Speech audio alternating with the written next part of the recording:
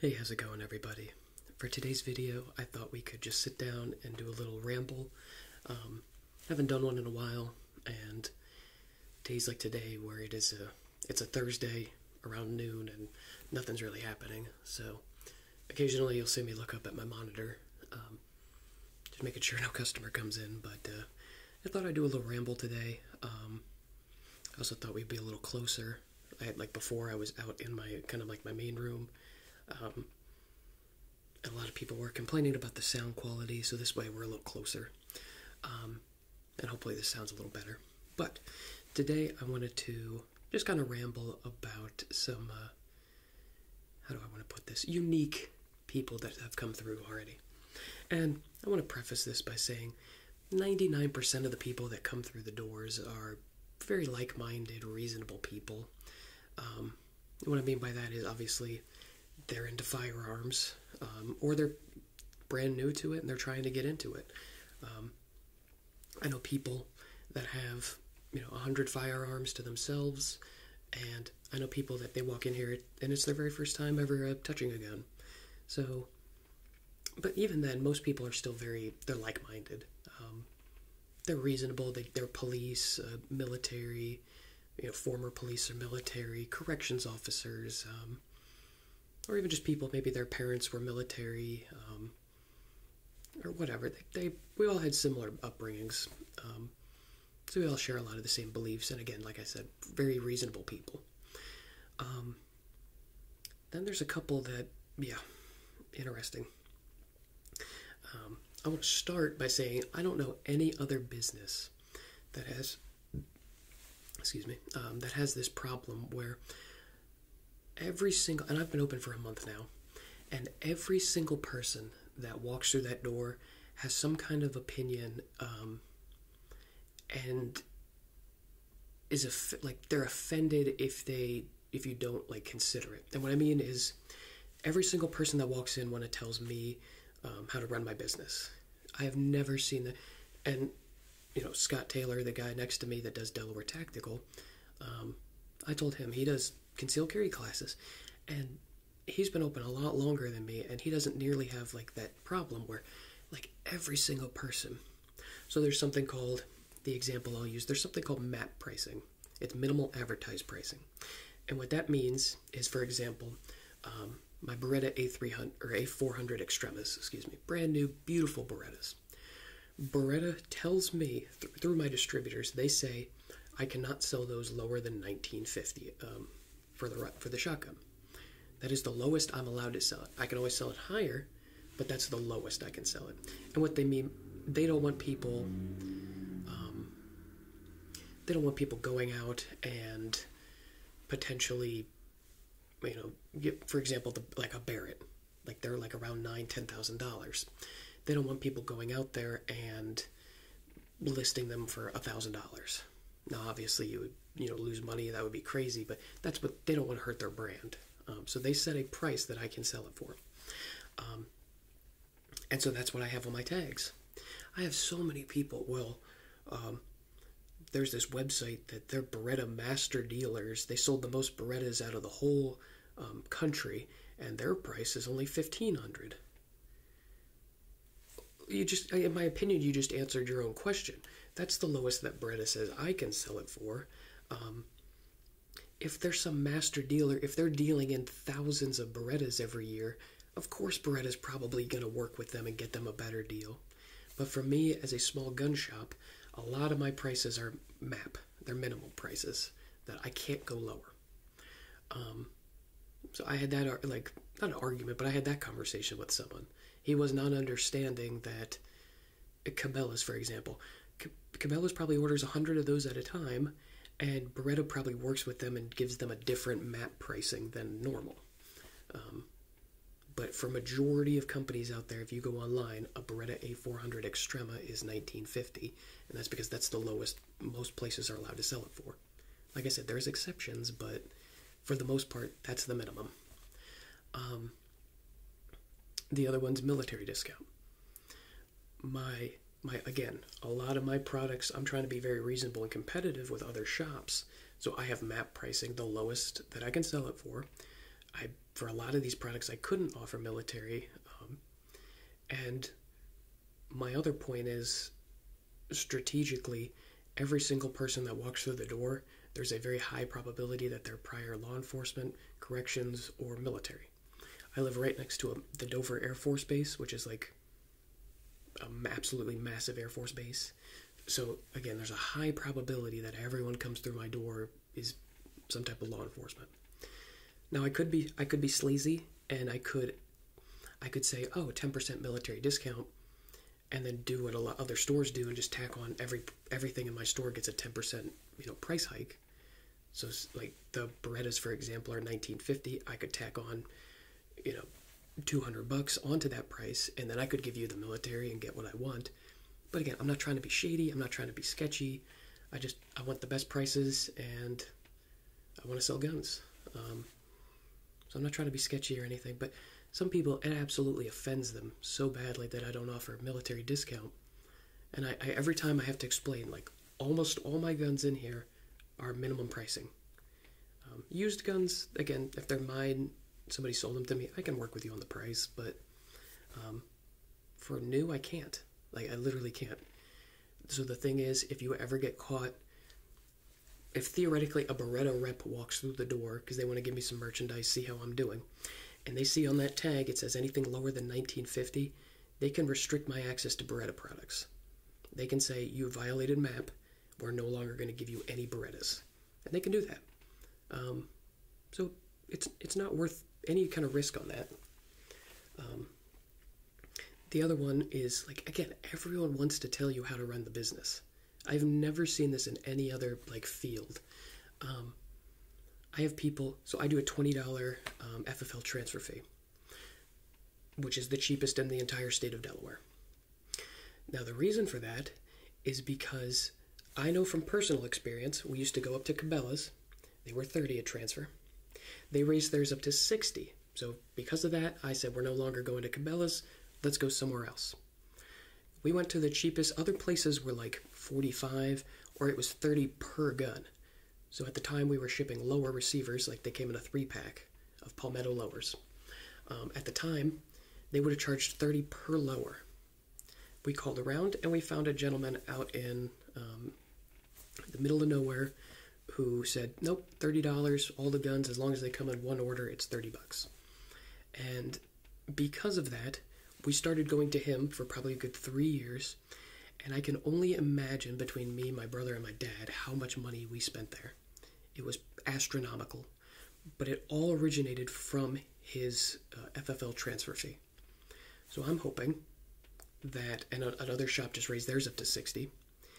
I'm hoping that people, because of the $20, they come through my door. And then they're here, they buy some ammo, they buy other guns, they order something, whatever happens. But that's sort of the reason for the 20. I had an optics dealer come in. I wanted to become an optics dealer for this company.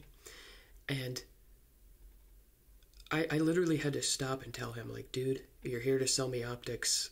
You need to stop. We're not talking business here. And what I mean is, he's giving me this classic sales pitch. I'm not stupid. Obviously, if I sell someone a rifle and I sell someone a scope, I make more money. I'm like, I appreciate his little sales pitch he was doing, but he was like, yeah, if you put an optic on the gun, then you make even more money. You make money on the optic and the gun.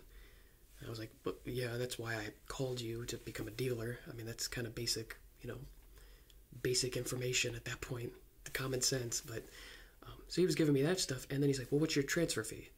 I said, $20. And he just started grilling me. Like, why not 25? Why 20? I gave him a very short and sweet answer. The answer I just gave you, people they'll come to me. For $20, they'll ship to me. They'll see it on Gunbroker, they'll see it other places, $20, and they'll come to me instead of anywhere else. He's like, well, why not 25 already? I literally had to stop the dude. I'm like, you're here to sell me optics. Like, this conversation's over. Like, he was just getting so aggressive about it. And, like, that just tells you if you've never worked in, like, the firearms industry, it's just, I've never seen a business like this. He's here, he's trying to make a several $1,000 sale on optics to me, and he wants me to use their optics, and yet we're sitting here using valuable time to grill me about my transfer fees. He was not very nice about it either. Like, I was like, what the heck? Something shipped. Like, just, wow. So it's just a very crazy industry to be in, just in general. Like I said, every single person that walks in has some opinion about, it's kind of Ford versus Chevy in my opinion, like between Glocks, SIGs, FN, Taurus, whatever.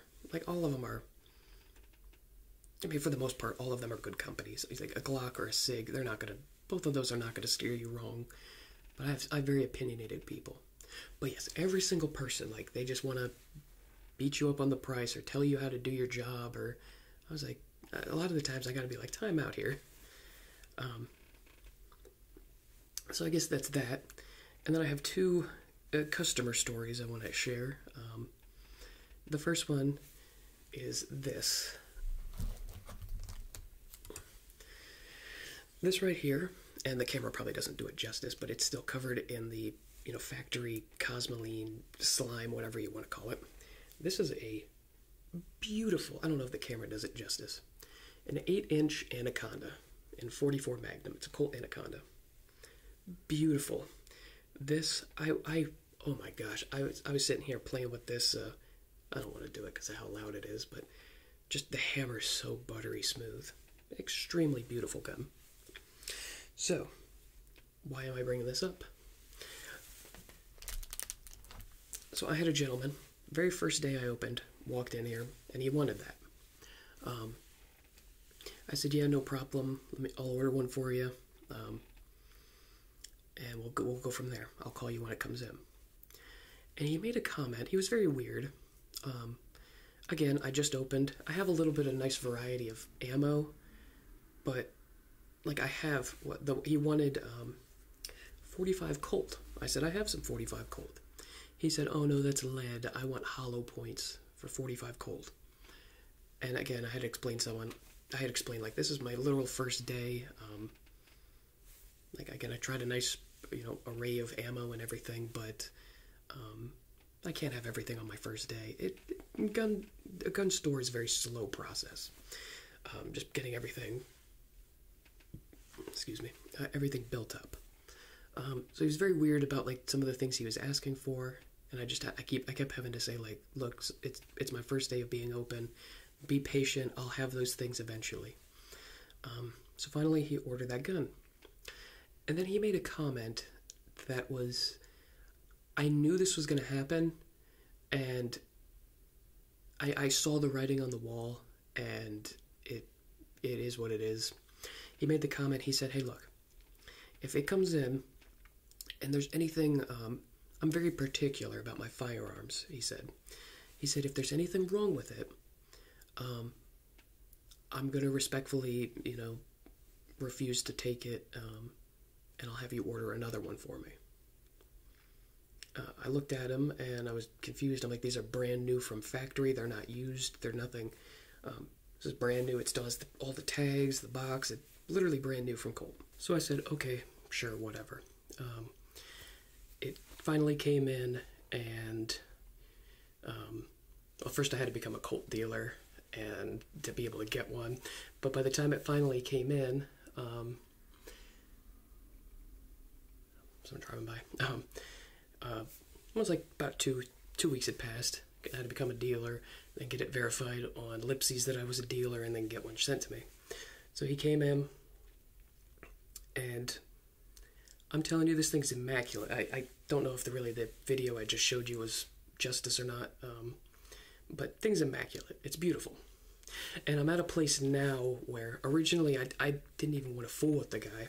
Originally, I didn't have, you know, I'm not going to say how much it is on my price, but it's not that much better than the $1,500. It really isn't. So in the very beginning, I didn't have that kind of money to just throw away if he didn't want it. So, same thing. He came in, looked at it. I did not see what he was seeing, and he was like, can you order me another one? And I think I played it off pretty well. how I did it was I said, look, if you don't want this one, I have no problems with it. I'll put it on my shelf. It's not a big deal. But no, I'm not going to order you another one at this time. If you do want another one, I'm going to respectfully ask that you buy it and then just ship it to me. Like I said, I'm in a better place now that I can afford an Anaconda to just be lying around. But at the, I had a feeling he was going to do that, the way he was talking when he was in here. And yeah, it's just weird customers. And the problem is, in this industry, I can't return a gun like that. So I can put it on my shelf, and it's a neat piece I'm sure someone will want it sometime, but I'm stuck with it. What was the other one? Oh, yes. Gentleman brought in, first he came in, he wanted a Springfield Ronin. Beautiful 1911. I've sold a lot of those. That's one of my highest ticket items. So he came in. He was interested in a Springfield Ronin. I showed it to him. Well, I ordered it for him, and then he came back a week later when it came in. So the gentleman, I know he owns a couple guns, but I guess he doesn't own a 1911. He didn't seem like he really was interested in it, and he said, well, can you take it apart for me? And again, some stores, if you're a pro at taking apart 1911s, great. I was more so on the principle of, if you've ever taken apart a 1911, you know that the pin that separates the slide from the frame, it has a potential to scratch it if you put it in wrong or anything like that. In my opinion, again, they're not toys, they're not... these are firearms, and at the end of the day, let's say that happens. Let's say I take it apart, I put it together, and I scratch it, something happens to it, and the customer says, no, I don't want it, goodbye, and leaves. Now I, as a company, am stuck with a scratched up Springfield Ronin that, again, most of these guns don't even have a $100 markup. I'll let you in on a little secret here. A lot of brand new production guns it's sad how little markup there is. You really have to overturn volume in this industry. So for a scratch to put on it, I maybe could sell it at my cost and break even, maybe. So again, for me, it wasn't worth the risk. Like a Glock or something that's really simple, yeah, sure, whatever, I'll take those apart all day long if you want. But it's a brand new from factory Springfield Ronin. There's nothing wrong with it. In the store, in my opinion, is not the time to be doing that. Everyone has their opinions on things, but like I said, from a owner's standpoint, I don't want to scratch it, have anything happen to it, and then the gentleman says, no, I don't really want it. So now I'm stuck with a scratched up Springfield Ronin that probably no one wants at that point. So I respectfully declined it. He said, okay, that's fine. He got testy with me about it, but he finally gave up. I was like, okay, whatever. Weird dude. So he bought it. He came back the next day, and he had some. I buy all types. I buy new, I buy used, I'll buy anything. Depending on the price, I'll buy pretty much anything. So he came in. It was a box of 8mm Mauser from 1971. It was a Portuguese Mauser ammo. And he had a belt. He had 2 belts of 100 rounds. Now, at first glance, before even looking at what the ammo is or anything about it, the ammo in the belts is... all of the ammo has like little rust spots on it. It's probably still fine to fire, but it is far from new production. It's far from good. It's old military surplus stuff. And then even then, some of the rounds that were in the belt, they looked bad. Like, they looked crushed, and it did not look good. So he said he had about 600 rounds with them. And the particular brand and everything that he had of the Mauser ammo, it looks like it was selling for about 60 to 50 cents, like 50 to 60 cents a round. So he came in, he's like, yeah, I know this what did he say? I know this big rifle caliber stuff usually goes for over $1 a round. And I told him, I appreciate that, because I have 50 BMG, I have 338 Lapua, I have big rounds. And yes, they are over $1. I said, I appreciate that, but at the same time, A, this is not new production. This stuff is over 50 years old now. And B, it's rusted. It's got spots all over it. Not a single round out of that 600. I don't even know if all 600 rounds were good, but not a single round was perfect or good. It was rough looking ammo. So I told him, I said, look, I even showed him a website. I'm like, look, this stuff's selling, even in good condition, it was about 60 cents a round. Like, so I estimated I could possibly sell it for 50 cents a round. So I threw him an offer at 30 cents a round, which even then is, as a business, most people are about half. So if you come bring in a gun, bring in ammo, bring in whatever, typically you get offered about half at most gun stores. Some places will even do less, but a lot of places are around half.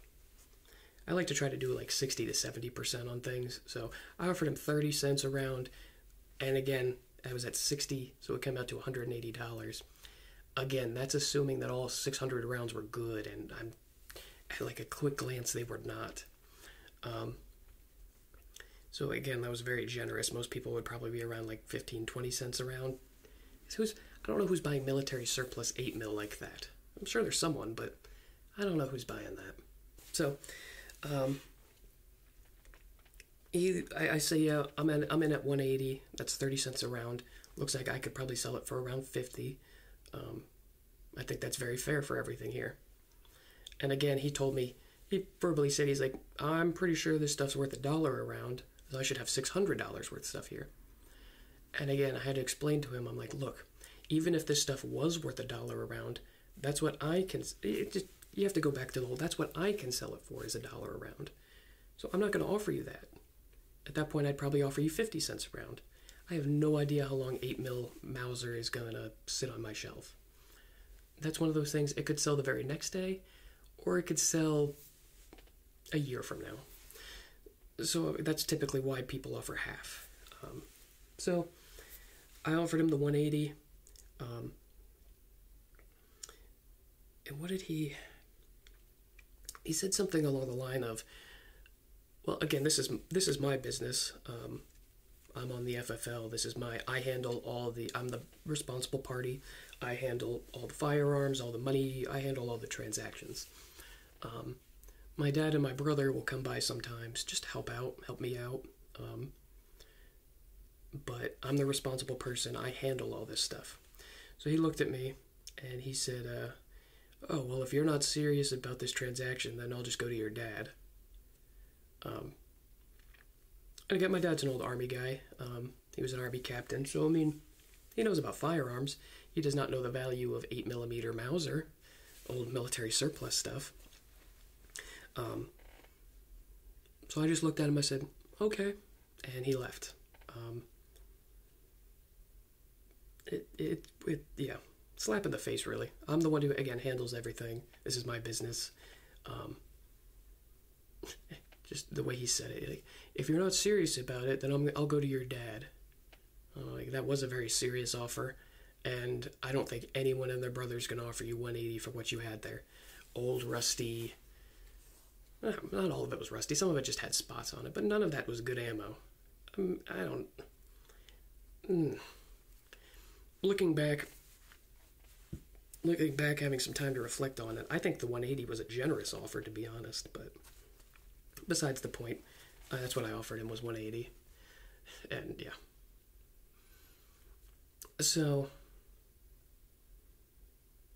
I guess I'll probably just leave it there. I'm sure there'll be plenty more fun, crazy people coming in, and most people just get a lot of old heads that love talking about guns, and I love talking about guns too, so it's always pretty fun. But, yeah, I guess I'll leave the video there. If you want to see any other types of videos, let me know. If you want to see me do some more rambles, let me know.